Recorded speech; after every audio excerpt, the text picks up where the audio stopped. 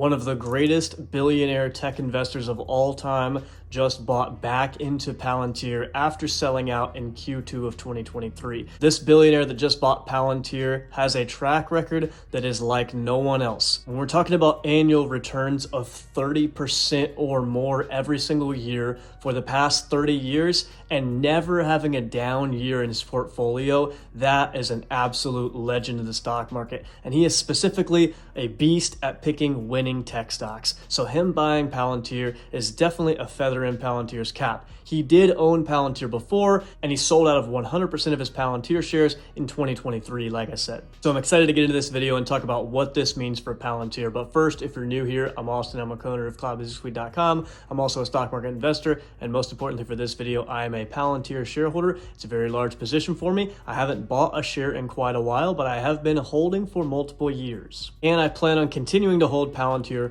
for many, many years to go in the future and watch this story play out and maybe slowly buy some more bonus shares over time. But I have a fully built out Palantir position and I'm very happy with my allocation. Real quick, if you're not subscribed to the channel, become one of those 3,700 or so people. Drop a like on the video and consider becoming a member in the Patreon, link in the description. Appreciate you doing all that. Let's jump into the video. So Stanley Druckenmiller reopened his Palantir position and now it is at 0.4% of his entire portfolio. That is not a large percentage of the portfolio, but he did buy 769,965 shares, which is quite a lot of shares. These guys are playing with different kinds of money out there. Obviously, he's a billionaire. He's running one of the biggest funds in the world. I'll be really interested to see the 13 Fs for Q2 to see if he doubled down on this Palantir position or if he's just going to chill at that 0.4% allocation. I'd love to see this position jump in sizing for Stanley Druckenmiller to have more and more exposure of Palantir to get more institutional investing on Palantir's side.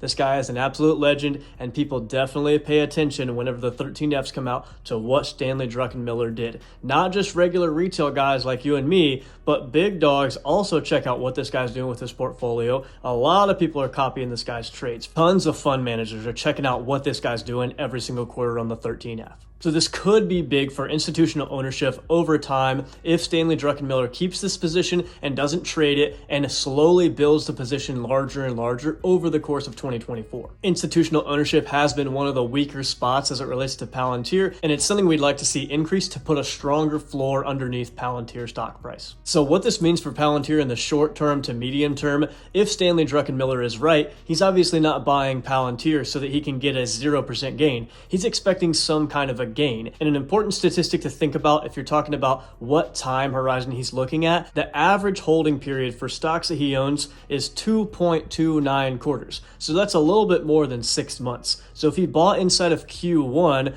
on average, he's probably going to be selling shares or potentially completely exiting the position by mid to late 2024. That's not guaranteed, but on average, that is what he does with his portfolio. So he's more of a short to medium term investor or what we might consider a trader. So he sees short-term upside with Palantir. I would love some short-term upside with Palantir. The thing that he might be looking at potentially is S&P 500 inclusion with Palantir. We know that S&P 500 inclusion getting announced for a stock is a big run-up event for a lot of tech stocks. Once they're added to the index, there's typically a pullback, but if someone's looking for a trade, trading around S&P 500 inclusion can be a big deal. When Tesla was added to the S&P 500, crazy run up before it actually got included into the S&P 500. The actual inclusion itself doesn't bring a huge pop to the share price. It actually normally goes down a little bit before stabilizing. But the hype leading up to the inclusion, that's where the big run up can happen.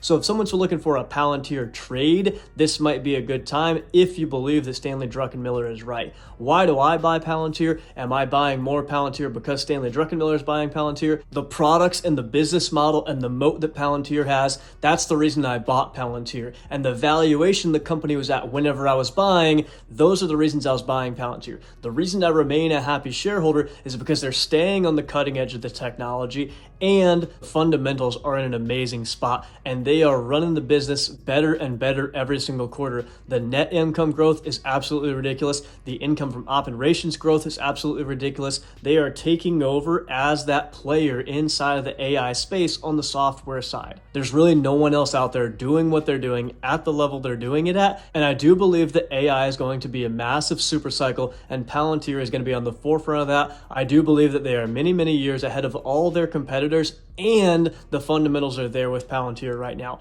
I personally think the valuation has been stretched a lot, but I also think that Palantir's income from operations growth and net income growth is extremely, extremely attractive. Check it out. Just recorded their 6th consecutive quarter of GAAP net income and their 5th consecutive quarter of GAAP income from operations, and the GAAP income from operations numbers are going nuts. In a 1-year span, they went from a measly $4 million of income from operations all the way up to $80.8 million of income from operations in a 1-year span. When we look at net income, they went from $19 million to $106 million in a 1-year span. These income from operations growth numbers are unmatched. The net income growth numbers are unmatched, along with the products that Palantir has, the extremely attractive and sticky business model they have, and the moat they have around the technology that they've built over the last 20 years. Those are the reasons I bought Palantir stock. Those are the reasons I'm a happy Palantir shareholder, and I'm going to be around for many, many years.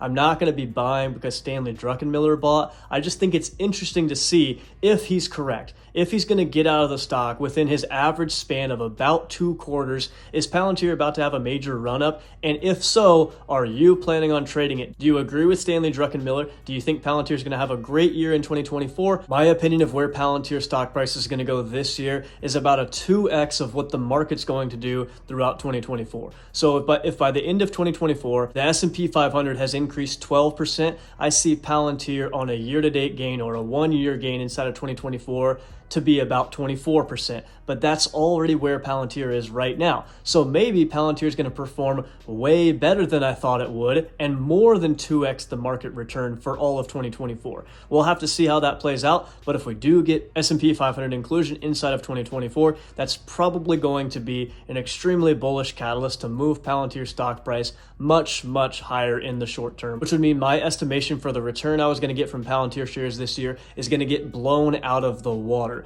I'm curious to hear what you think. You think we're going to more than 2x the return of the S&P 500 with Palantir shares this year when we get to the end of 2024? Or do you think we'll perform closer to in line with the S&P 500 by the end of 2024? I'm curious to hear what you think as it relates to Palantir stock price in 2024. And what do you think about Stanley Druckenmiller's buy? Is he correct that the next 6 months is going to be a very good time for Palantir stock based on his average hold time of positions inside his 13F portfolio? Looking forward to seeing your comments down there. Thank you so much for stopping by. Have an amazing day.